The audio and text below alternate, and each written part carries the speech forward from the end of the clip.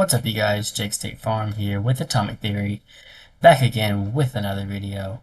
In today's video, we are going over a tournament that I played over the weekend, a weekly Atomic Arena. It's something that I want to do more of as I'm continuing to post on this channel. I want to play some more arenas, and yeah, I've been playing a lot of hourly arenas, and so I had some time over the weekend. I was only able to play for a couple hours out of the 3 hour arena. So, but yeah, I want to go over a few games from that. Please stay tuned till the end to see what my final results were, how I did. But I'm going to go over 4 games today that I played from the arena and from 4 different rating levels too. And kind of my goal with this is, in this first game I played against a 1300, and I want to do something a little bit different today. I want to do something to where, as I'm going over these games, uh, it'll kind of be geared towards that rating range. So as I'm playing against this 1300 here, try to gear it towards people that are, rated around 1300. And in the last game, I played against a 2200, and so, please stay tuned till that one if you're a higher level player. And yeah, if you want to learn a little bit more about that, I'll gear it towards you. So without further ado, let's get into it here. We've got the white pieces here against Yagi Zozer YAI. I'm not sure if I said that right. We start with E3, and so just something to note here. If you're just starting out in Atomic, if you're just trying to get into it, yeah, this move E3 is one of the stronger moves you can start with. The idea is you're opening up your queen, you're opening up your bishop, and yeah, just a good solid move. So for instance, if my opponent were to play something like knight c6, I could follow with queen h5, and after g6, queen d5, I'm threatening to take on d7 and f7, which would explode the king. If you're new to Atomic, you don't know the rules. When there's a capture made in Atomic, say on d7 here, the piece that I use to capture will explode, the piece I captured will explode, and then every piece other than pawns in a 1 tile radius will also explode. So in this case, I would win because the king would explode, but also like the queen, bishop, and knight would explode as well if I were to take on d7 here.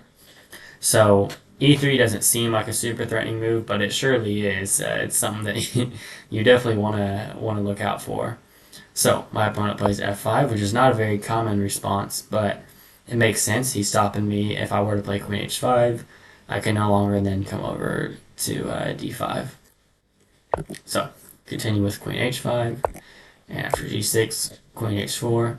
It's important for my opponent not to play g5 here. That would hang mate. This is actually mate in standard chess as well, but yeah, that would be checkmate. So my opponent plays knight f6, which is the only move to stay alive, since I was threatening to take on e7 there. And now I go knight f3. This is a tricky move. Once again, let's say my opponent were to play, something like maybe c6 here.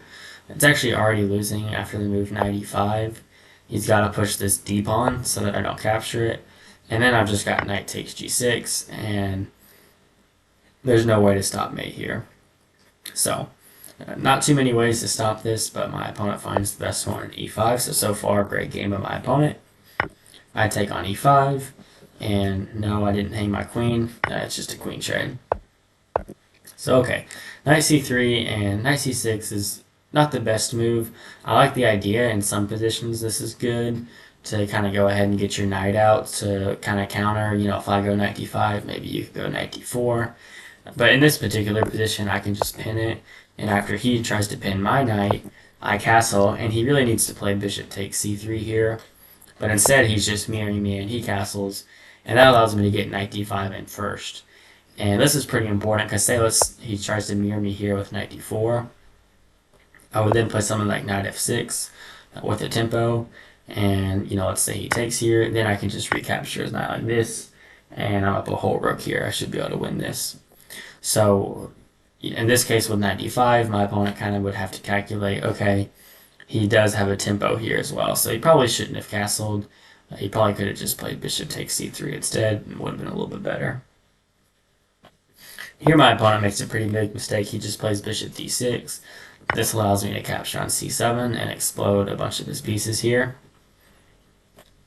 And so now he plays a6, but this isn't too much of a threat on my bishop. I don't care too much about this. My main goal right now is to get my bishop out and get my rooks out. So I start with b3 to get my bishop out.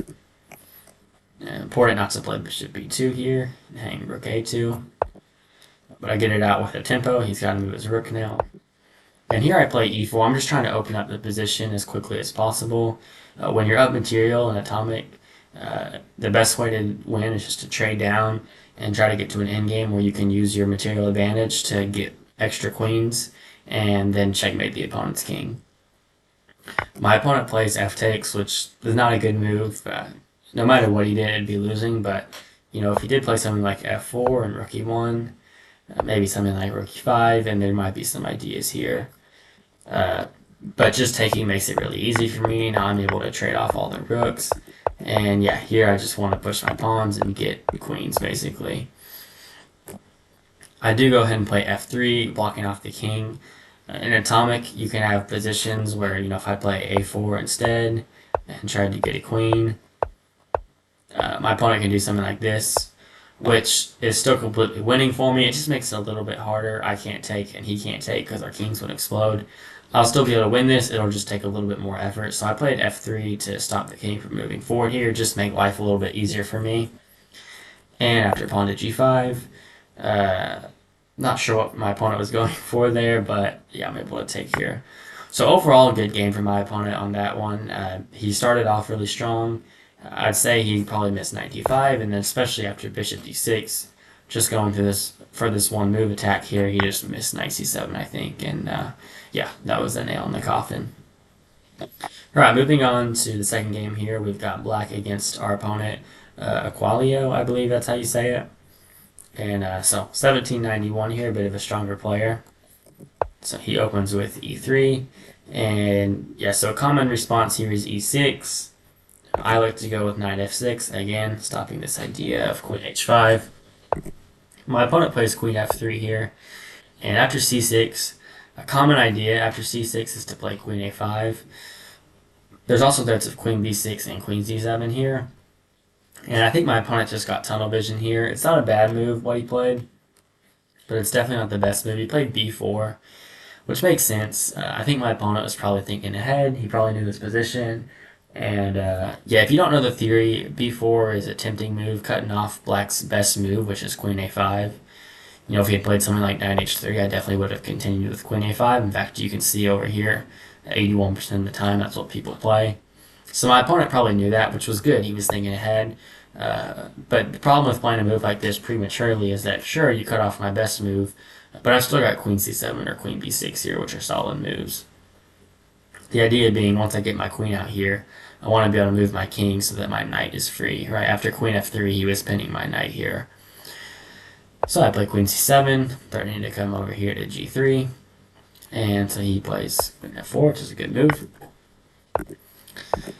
And here, my opponent probably should have played knight h3, with the idea being I either need to play g5 and just sack a pawn there, or maybe something like knight e4 and sack my knight and then g5. But instead he goes for bishop d3 and allows me to trade off, and still not terrible, but it's not great. Cheeky little idea for my opponent, going for b5 with the discovered attack here, but I stop that with e5. Okay, so now I'm just trying to gain space with my pawns here. And okay, so in this position, yeah, so good move for my opponent here. I was wanting to go h3 here, and after takes, I would have had rook takes h1 here. So good move for my opponent. However, and yeah, so in this position right here, my opponent made a pretty costly mistake. Yeah, as the computer's showing here, he probably should have just played castle's queenside here, but instead he played the move f5, which guarantees my knight being able to jump in here. If he would have castled queenside, I can't play knight f6 because of f takes e5 here. I probably would have continued with something like rook g8. Honestly, I probably wouldn't have. Maybe something like h3 here. I'm not sure what I would have played, but yeah, the move f5 just allows my knight to get in. And that's a big no-no in atomic. Knights towards the king are really strong. They cover a lot of squares. And since knights, unlike bishops, knights are able to see potentially every square on the board, right? You can move them around and see different squares on the board. And so a bishop near a king is also very strong, but a knight is even stronger in a lot of cases where you can just really thwart a lot of your opponent's plans. So here he now castles queenside, but after knight e4 and d3, I'm able to fork his rooks here. So he's got to move it, and now I happily take his rook in the corner. A rook is a lot better than a knight in these endgames. Here it's winning for me, but with best play, my opponent could make it difficult. But we see the same mistake from last game, right? So when you're up in Atomic, you always want to simplify. You always want to trade off pieces to get to an endgame. The more pieces that are on the board, the greater chance that he might be able to somehow creep this knight into my position. Well, g4, not really sure what my opponent was going for, but he just allows me to open up the position. And yeah, now we see there's a few different ways to win this here, but I go with the easiest, which is just to trade my rook for this pawn and knight over here. And now that I'm up a pawn, this game will be pretty easy to win here. After a few trades, and then there's checkmate.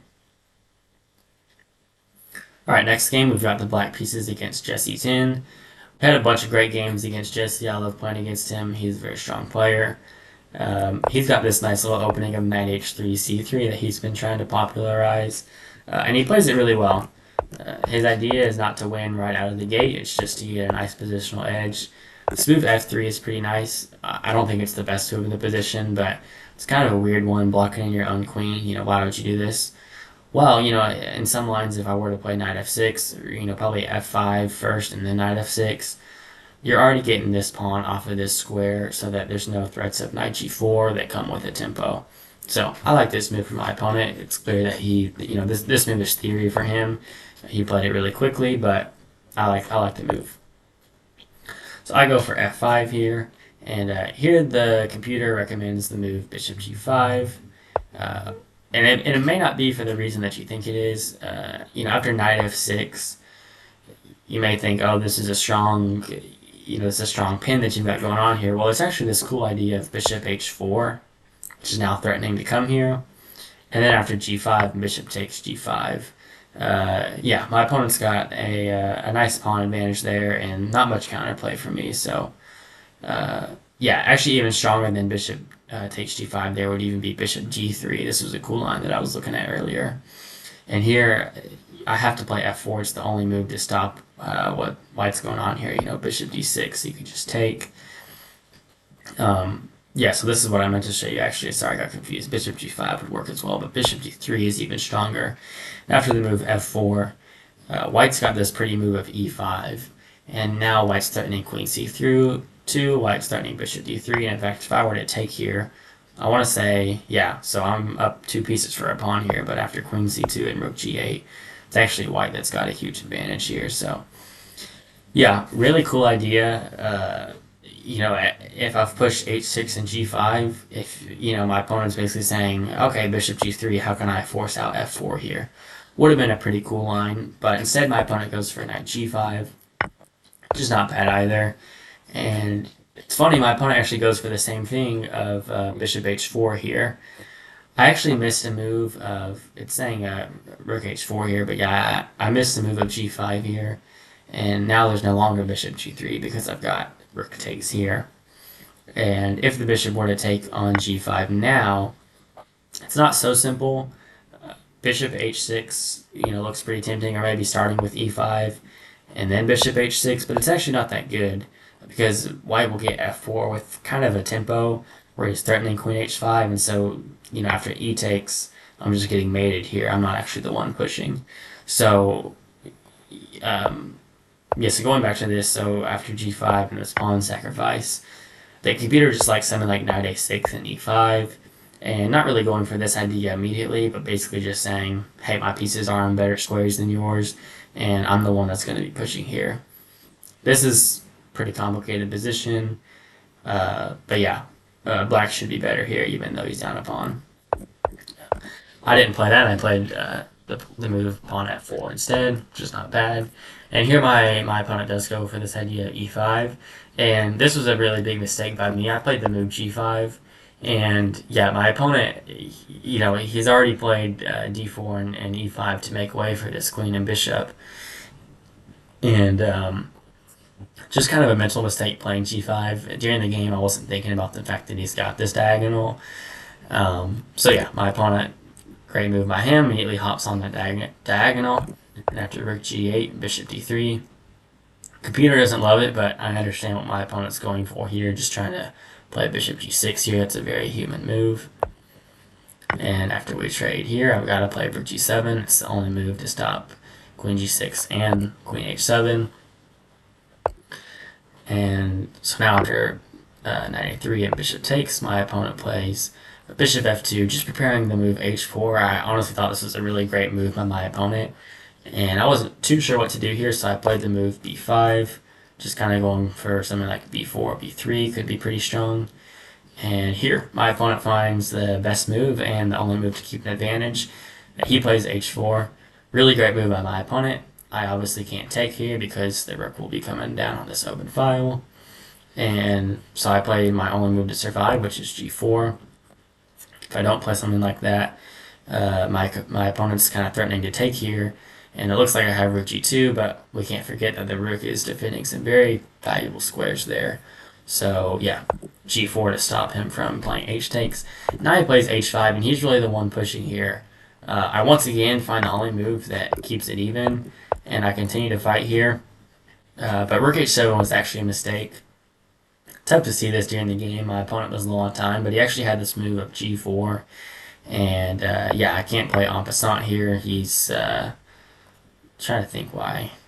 Okay, yeah. So something like just moving his king out of the way, stopping, so it's like king d2, or sorry, king d1 here. And if I try to come out like this, then he's always got queen g6. And otherwise, he's threatening to come here. So, or is that, how would this work? Let me look through this. Yeah, okay, that's what I thought. Yeah. So, yeah, so g4 is a tough move to spot here.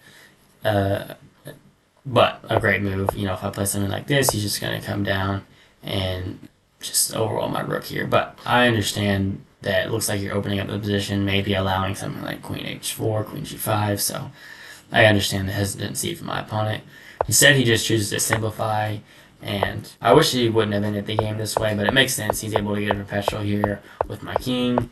And yeah, I think he could have pressed a little bit more there. He had a really great position against me, taking advantage of this open file here, or this open diagonal rather, and then this open file right here.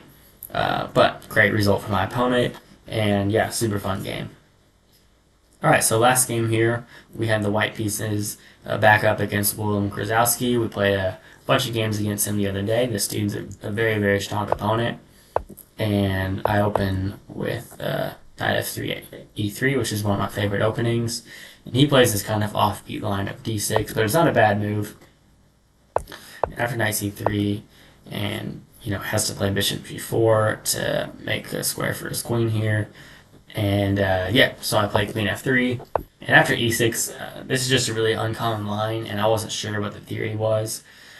It's actually kind of a complicated line here. After I play knight f7, if you were to play, something like queen c8, then I've got knight b5, and after takes, bishop b5, knight c6. I've got this move queen d5, which just looks really strange, but there's no way to stop queen d6 here.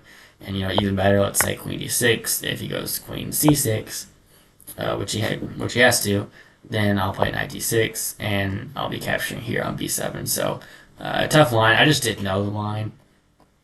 I thought that after knight f7, he'd play queen. I thought he'd play queen c8, but I saw that after queen a5, I could play the move b4, and his queen is very quickly running out of squares to go to here. Not too many safe squares for the queen here. So I was familiar with this line, and so I thought, okay, well, if after knight f7 he's going to play queen c8, then I'll just start with b4 to take away his best square, which was a good idea. But now my opponent's able to take my queen here.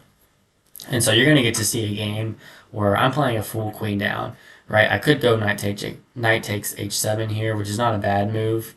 But instead I decided to keep this knight on the board, this strong knight. I go for knight f7. So now he's forced to play queen c8. And I play the move b5. And gotta defend this knight from coming in. And after my opponent plays, oh, my bad. After my opponent plays knight a6 here,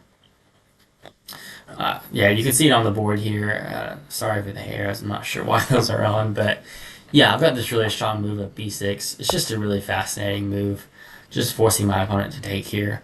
What I missed is, after knight b4 here, I thought it would just be a trade of a takes and knight takes, and my opponent would, have this open file here. But I had to move knight d8, and there's no way to save the queen now. It's a really pretty idea that I just totally missed. So I'd like to look for this kind of stuff more often. It's just not a common idea that you see in Atomic, where you push this pawn up with the idea of taking his queen. But it was a cool idea. So instead I just took his knight, thought, hey, I'll get my rook on this open file, and get rid of his knight trying to hop in here. Not a bad move. And yes, so after rook b8 and a4, a5, we reach this position, and this is a super interesting position. I actually want to analyze a few different options here. So for instance, I'm going to take off the arrows here just so it doesn't give anything away. Let's see if that fixes that. Okay, yeah. So in this position, right, so I'm down a queen and a pawn to a bishop and a knight, so I got to make something happen here. I can't play takes here. My opponent will just come down and take. And, a huge threat for my opponent, I actually will show this, is to just play just play b4 and b5. B4 and b3. And basically, my thought process at the moment was, if he's able to play b4 and then he gets b3 in, and he's able to take here, he should be okay. Even if I'm able to get bishop a6 and bishop c8 in, he should be okay. He'll be up about, at the time I calculated, a bishop and a pawn.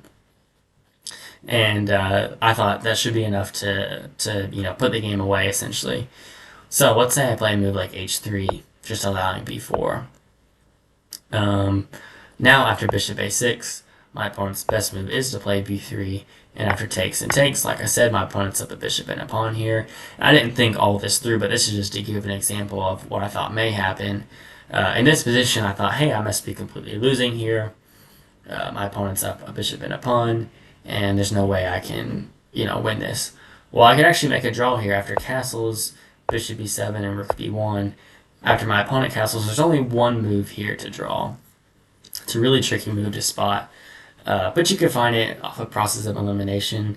I think the tempting option is to go for rook b7, but that's just met by rook b8. So it's this really pretty move of knight d8, which is stopping the rook from coming out. But if bishop takes, then I've got rook b7, and I've got mate here. So the bishop can't take. So maybe my opponent plays something like g5. And after rook b7, and rook e8, and I have to play knight takes e6 now, and this is just going to be a draw. We're going to repeat moves just like this.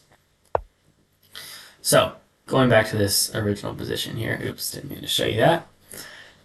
Let's say I play a different move. Let's say I play bishop a3 instead, which is the computer's recommendation. Now, this actually changes things quite a bit. So, in the moment, I never would have considered this move, just thinking my opponent's definitely going to play b4. Well, now, after bishop a6, my opponent cannot play b3. And the reason being, because we'll look at the same line here after castles, bishop b7, getting my rook on the open file. Again, not the tempting move of rook b7. I almost played it just out of habit. I again go for knight d8, and once again my opponent cannot take with the bishop. He also cannot take with the rook, because the bishop takes d6. Well, now we see this idea where we're threatening the e-pawn and we're threatening the d-pawn. So in this same line, this is completely losing for black, but there's nothing black can do here. But let's just say he plays g5. After rook b7 and rook e8, now after knight takes e6 and bishop and rook e7, I now have bishop takes d6, and this is completely winning. Yeah, so just really beautiful line there. So in that position, my opponent actually can't play b4, but you would never really think about that. I mean, b4 just seems like such a natural move. But yeah, actually after bishop a6, this queen is pretty much trapped. I think maybe the move is queen a6, but with this knight here on d6, this queen is really trapped. So, maybe my opponent would have played something like c5, c4 to stop this bishop. I don't know. But anyway, so computer recommended move was bishop a3. I go for the move knight e4 here. And here, once again, I'll show you guys once again after b4, bishop a6, b3, takes and takes. We don't even have to calculate further. This is going to be the exact same thing. We see that we're attacking this d pawn, and we know later on, after that very crucial move of knight d8, this will actually be winning as well. But I may as well go ahead and show you here. But yeah, bishop b7 over here, and now after knight d8, something like this, we'll again take this pawn, and it's winning for white. So that is not at all what I had in mind when I played knight e4. My thought process was he wants to play b4, b3. That's kind of his main idea there. And I wanted to just get my knight out of the way of, taking on c2 here. Here my opponent missed a good move of knight f5. And I saw this during the game. That was the only reason that I was considering not playing knight e4, but I just didn't see anything better.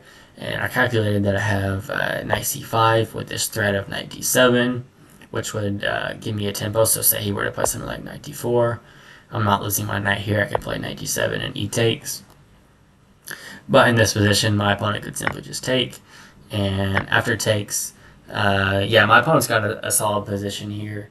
I thought this was okay for me. I didn't see this far ahead, but I thought knight f5 wouldn't have been too big of a threat because I'm getting my rook on this open file here.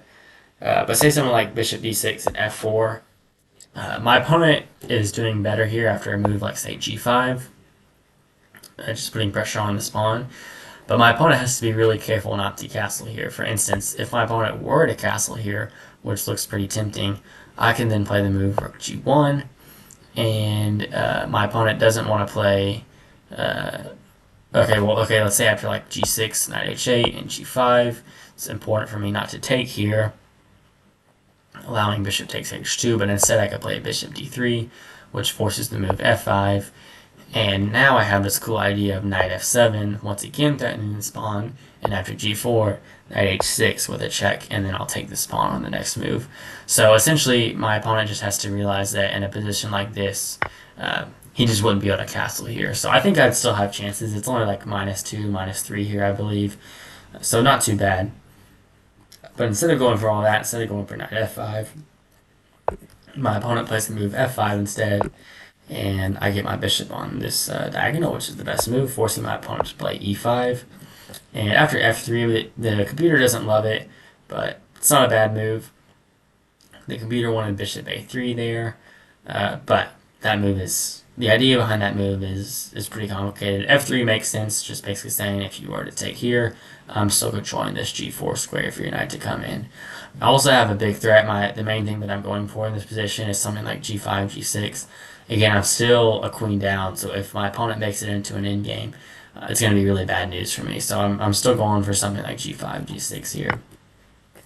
Okay, so after f takes e4 here, I go for d4, just trying to get, just trying to expand here. Bishop b7 is a good move by my opponent. And here my opponent has a really great plan that he goes for. I probably should have done a better job of stopping it here.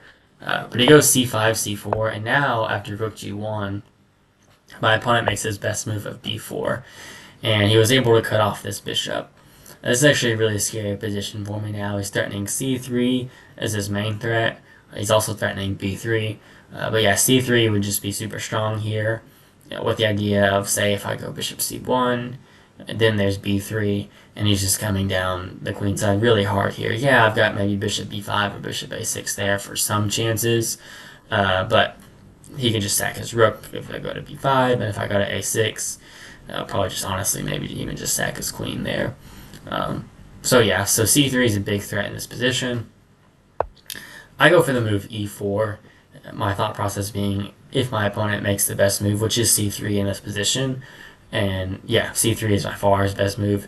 If he does that, in fact, I want to pull up the computer here and just make sure about that.